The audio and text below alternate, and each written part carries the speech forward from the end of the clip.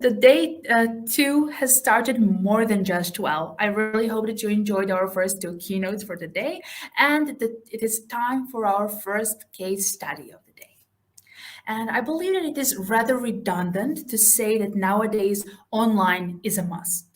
And if you only take a look around you and in front of you, you will realize that you are in two realities at the same time. And one of them being virtual and happening, well, you guessed it, online. And what came in quite late was us needing the global crisis to realize that the internet world brings an abundance of opportunities, especially for learning. Even Bildi and the Masterbox team have seen an opportunity coming and tailored a platform for everyone's needs to educate themselves on numerous marketing topics anywhere and anytime. And it's my honor to welcome Ivan Bildi today. And I'm very excited to find out more about how one platform can fit everyone's needs. Ivan, welcome. Thank you. You've I'm been happy. working with our marketing team for a while now, and Yes. we consider you as part of the team. So thank you for all the help and support you've provided us.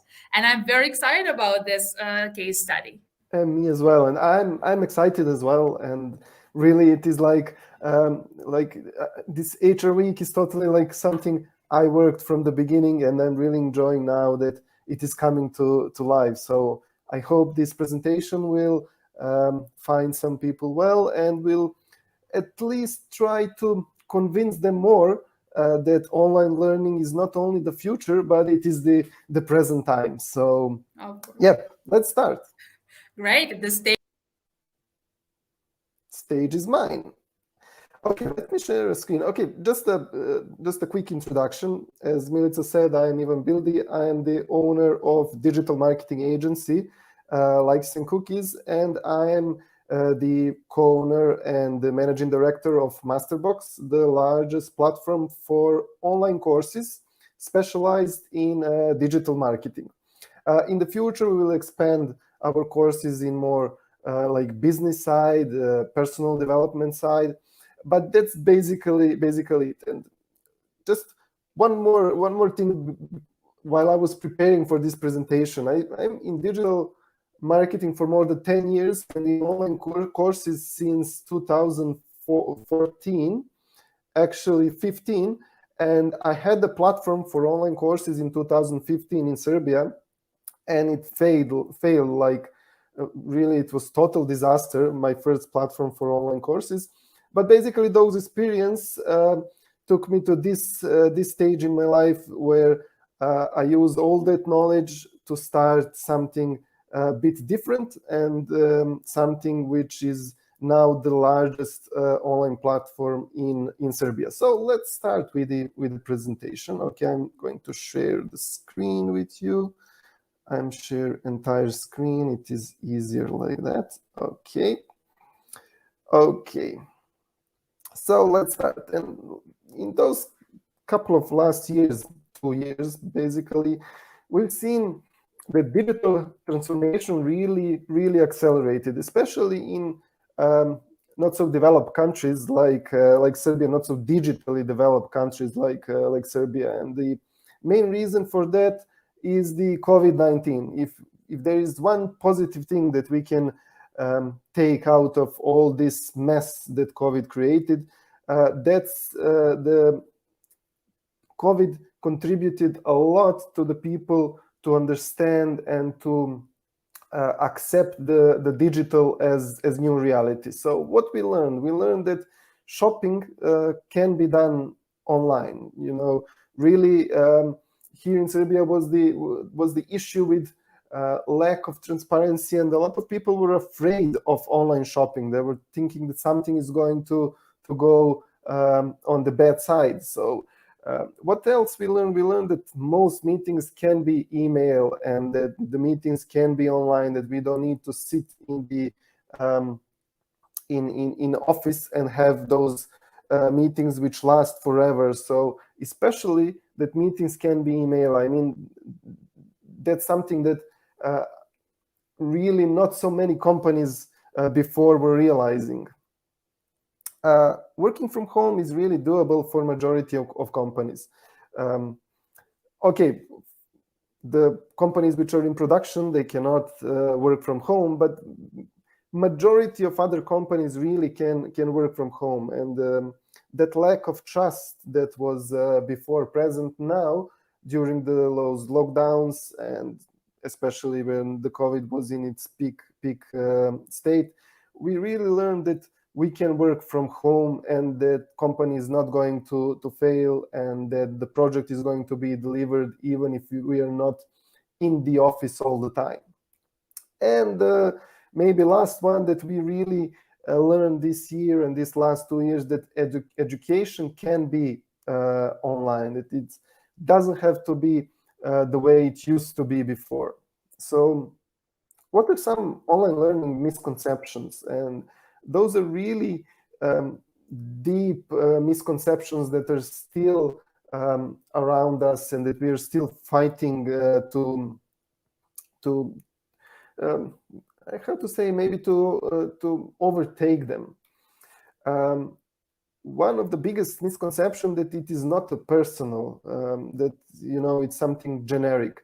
But basically, when you really think about the online learning, and when you think about the offline learning in traditional methods with like 20, 30 students or attendees, it's really, the offline is not personal. The online is built from the scratch to be personal and to talk only to one person. When you're recording online courses, you're really recording it to one person. When you're having the presentations in offline, you're really having it for your audience, for 20, 30, 50 people, how many of them are there. And I'm the guy who did a lot, and I'm doing it now as well, a lot of offline education and a lot of keynote speaking. And this really helped me to have maybe both pictures from the side of the, when I'm preparing online lectures and when I'm preparing the offline lectures. And second misconception, that is not interactive. Quite the opposite. Again, the online courses and the technology that we have now, really, everyone is having those technologies for really cheap prices. It really can be interactive. It can be interactive in the form of communities where people can ask unlimited questions, in the form of quizzes where people can test their knowledge, in form of maybe live one-on-one sessions if needed.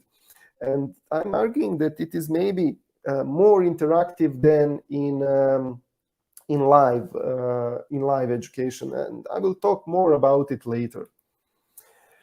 And one misconception, that is going to replace offline workshops totally, and this is really not the true. Like these online conferences are not going to replace the offline conferences. Really, people really want to hang out, want to meet other people. It's same with online learning. Online learning is not there to totally replace offline workshops, but it is maybe the best practice is to use both of them, and online is the best for that hardcore learning new concepts and spending time repeating, rehearsing. And the offline is really good to have all those ideas combined and to have a brainstorming or some other sessions which are really implementing what you were learning online. And another misconception, that it is difficult to implement, that it's difficult to make a platform for online learning, that it is difficult to record courses. And really, in 2021, we have massive amount of ready-made platforms for online learning. You really, any need that you have, you can implement it.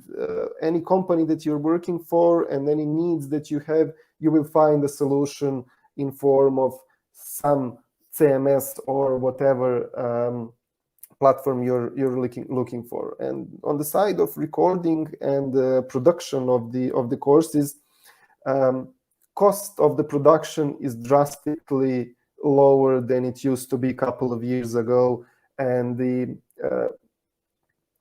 cameras for recording, studios for recording, microphones, and everything that you need, really the price of those things are coming down. And if you really want just to start, the mobile phone will work quite well for some basic online courses if you just want to start with something. So it's really not difficult anymore to implement like it used to be a couple of years ago. And now we're going to go a bit more deep on why online education works. And I believe a lot of you guys here listening to this really are taking for granted maybe that something is obvious and that all advantages of online education are obvious, but I'm just asking you to maybe rethink all of these aspects and maybe to look with a different eyes, if nothing else. So this is something that quite few people are talking about, and for me as an offline lecturer, as an online lecturer, I find it quite interesting. That's the minimum amount of time wasted. What I'm really thinking by this, when you record a video clip and you want to transfer some knowledge, it's really straightforward with no interruption. You're not going the sideways. You're really going straight on to the point. In the offline sessions, you are quite often interrupted by the people who want to ask a question, which is really, really okay. You're interrupted by some students or some attendees who are maybe not focusing as well, or maybe they're tired, and then you're trying to approach them and to maybe fix that situation or to be more appealing to them, and all those things are really drifting you from the point. In online recording, you're just going straight to the point. And from my experience, the ratio is 1 to 3. Right? Like 1 hour of online course is like 3, maybe even 4, depends on the lecturer, 3 to 4 hours of offline education. And that's something that you will really be aware only when you start recording online sessions. Just how straight to the point you can be and how concise you can be with your thoughts. This maybe is the biggest reason why online education really works, and that's self-paced learning. What it means, we're all different people. We are all different kind of people. Some of us are like early birds. Some of us are night owls. We're all different, and we are forced in offline session to be the same and to learn in exactly same moment. Maybe some of us had bad night the night before, and we are just not focused, and we cannot be focused in the morning on the offline session. With the online, you can really choose when is the best time for you to learn. Any time of day will work. Any moment in time will work. You can have like a 15-20 minutes session on the lunch break or in the commuting, if you are driving or using the public transport, or you can have like the night session when you really can focus the most, or early morning session. So maybe the biggest advantage of online learning is that you really can choose the time and choose the rhythm of the learning. Maybe your attention span is like 40 minutes. It's not hour and a half like a regular offline session. So you will have a couple of them during the day. Repeating lessons as many times as needed. This is something that I find quite interesting. In offline session, of course, you can ask the lecturer to repeat something that you didn't understood well. But again, that there is a social pressure that maybe you will look stupid, or maybe that you will hold on to entire class if you ask all the time to repeat. In online, you can really repeat the concept that you didn't understood as many times as you want, and it's really the best way to learn and not to interrupt anyone. Sometimes we all of us need a couple of times to repeat the lesson to really sit with us. Asking unlimited number of questions, that's something that's misconception, that in online you cannot ask questions. It's really quite the opposite. You can ask unlimited questions. Again, as I mentioned previously, sometimes we don't want to slow down entire group, and then we don't want to ask question if we ask 2 or 3 questions and we don't want to interrupt again. Here, you can ask really unlimited number of questions. And bigger help from the peers. That's something that we found on Masterbox quite interesting, as we have those communities of all other attendees, and they're helping attendees, other students, to really grasp the knowledge. Sometimes the lecture is maybe quite above from the student that is listening and cannot relate on those subjects that are maybe more basic, but the peers really can help get you through something that is quite obvious to you and maybe not to the lecturer. And of course, as I mentioned, it is just when you need it.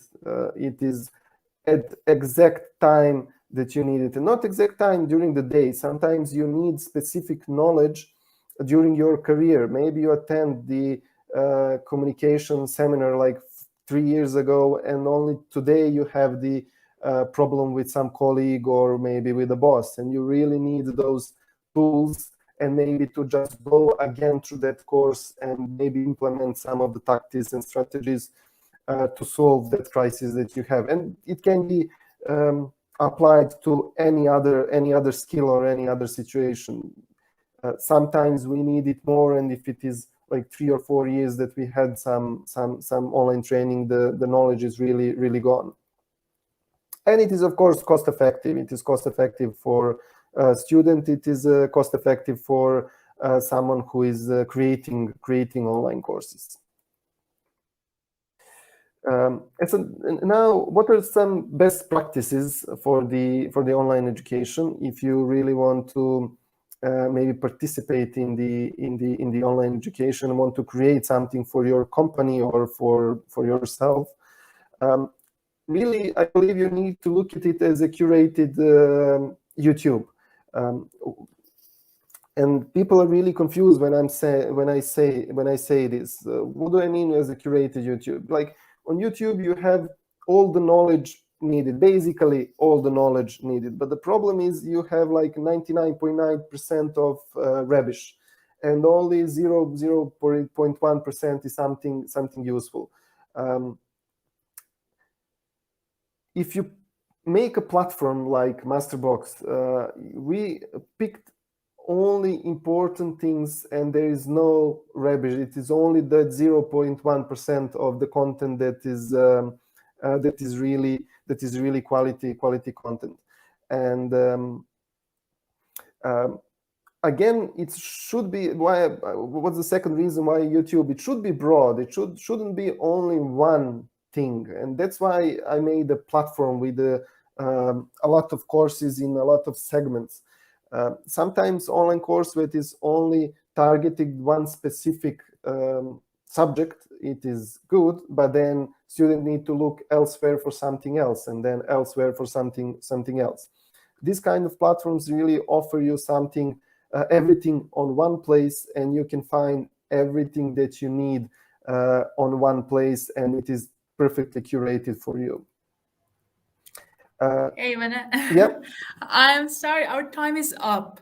Okay. Sorry, I had to cut you off in the middle of the slide. But what I would like to do is invite all the attendees here to visit the expo zone, where Masterbox has a booth and where they can leave their contact details for the team, for your team to contact them, to get in touch, so that they can also explore all the possibilities of enjoying their tailored learning path via Masterbox.